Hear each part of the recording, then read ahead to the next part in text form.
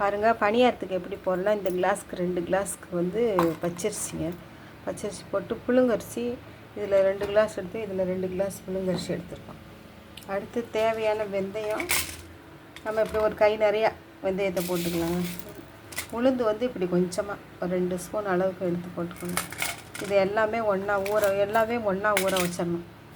ஊற வச்சுட்டு இதை கொஞ்சம் வலுவலுன்னு இல்லாமல் கொஞ்சம் பரபரன்னு அரைச்சிக்கணும். அரைச்சி கொஞ்சோண்டு உப்பு போட்டு கரைச்சி வச்சிடணுங்க. அரைச்சி வச்சோம்னா அந்த மாவு காலையில் நம்ம பாகு காய்ச்சி ஊற்றி பணியாரம் செஞ்சு குழந்தைகளுக்கு கொடுக்கலாம். அந்த மாவு அரைச்சோடனே அந்த மாவு நமக்கு கொஞ்சம் நல்லா கொஞ்சம் திருமையாக இருக்கும். மாவு அரைச்சோடனே காமிக்கிறேன் பாருங்கள். பணியாரத்துக்கு தான் ஊற வைக்கணும். கடையில் போய் ஒரு பணியாரத்தை போய் 10 ரூபா போட்டு வாங்கிட்டு அவங்க சுத்தம்லாம் பண்ணுவாங்க. வீட்டில் வாரத்துக்கு ஒரு நாள் பிள்ளைகளுக்கு இப்படி பணியாரம் செஞ்சு கொடுக்கலாங்க. புழுங்கரிசி நம்ம எத்தனை கிளாஸ் எடுக்கிறோமோ அதே அளவுக்கு பச்சரிசி எடுத்துக்கணும். வெந்தயம் வந்து நம்ம இவ்வளோ வெந்தயம் எடுத்துக்கணும். உளுந்து வந்து நிறைய போடக்கூடாது. போட்டோம்னா நம்ம கருப்பட்டி ஊற்றுறதுனால அது கருகிரும். இதே அளவு போட்டு செஞ்சு பாருங்கள், பணியாரம் சூப்பராக இருக்குங்க.